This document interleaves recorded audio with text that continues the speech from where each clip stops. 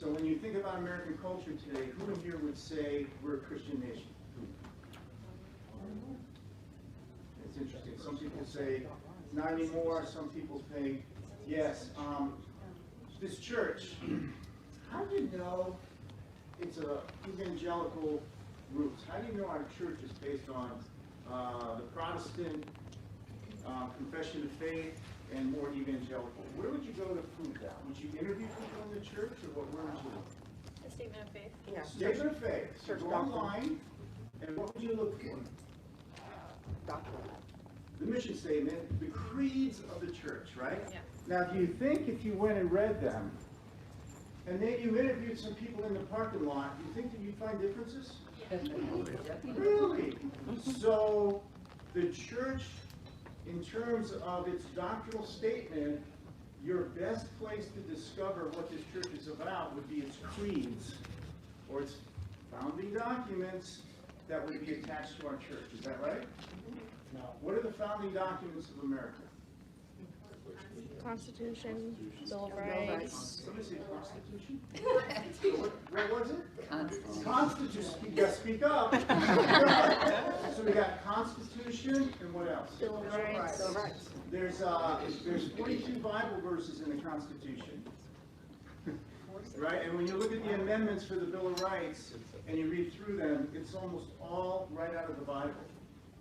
When you look at the Declaration of Independence, which was first penned by Thomas Jefferson, you see infused in there over and over again the God of the Bible.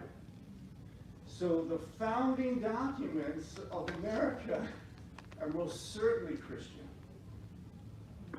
So when we interview people in the parking lot about abundant life, we're learning a little bit about the culture. And when our culture in this church starts drifting away from our founding documents, I can promise you Phil's all over it, and our staff to make corrections, to make sure we stay true to our founding documents. What Bible verse is this church based on? John 10:10. Right, and what is it? What does it say? The thief comes to steal, kill, and destroy, but I've come that they might have life and have it more abundantly. What do you think you are, some show off? Yeah, so it's really interesting. There's a distinction made in the book of John about this idea of destruction. A lot of people out there, non-believers, what they're going to say is how cruel and rotten the God, especially the Old Testament, is, because he throws people in hell and he's a destroyer of people if they don't do what he says.